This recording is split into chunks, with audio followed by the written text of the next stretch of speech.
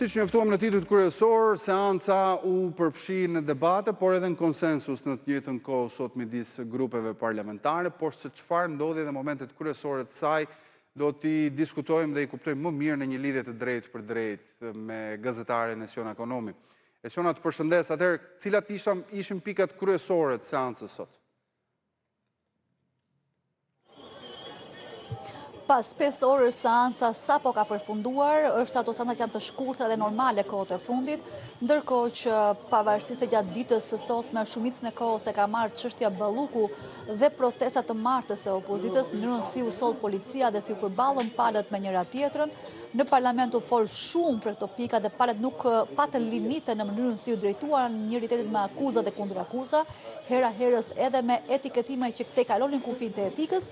Por në fund fare, ajo që i bashkoi të gjitha palët ishte UÇK-ja dhe betejë e liderit të kësaj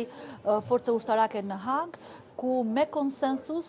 të dyja palët autorizuan për Partinë Socialiste Igli Hasanin, kryetar të Komisionit Politikë Jashtme, dhe Demokratët Tritan Sheu, nën kryetar të këtij komisioni, të shkruan një deklaratë përbashkët në emër të Kombëtit të Shqipërisë. Pas disa orësh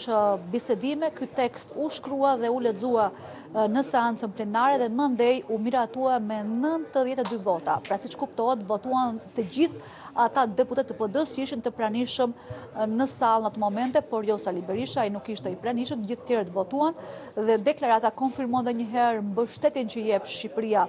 UÇK-s, luftës së drejtë për çlimin e Kosovës dhe bëjnë apel që historia të mos deformohet dhe gjykata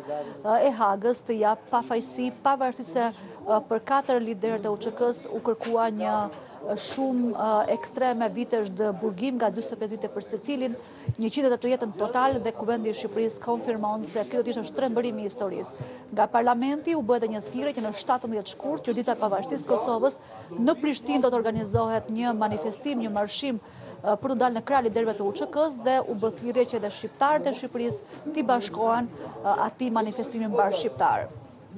Esiona, të falenderoj për këtë lidhje të drejtë për drejtë.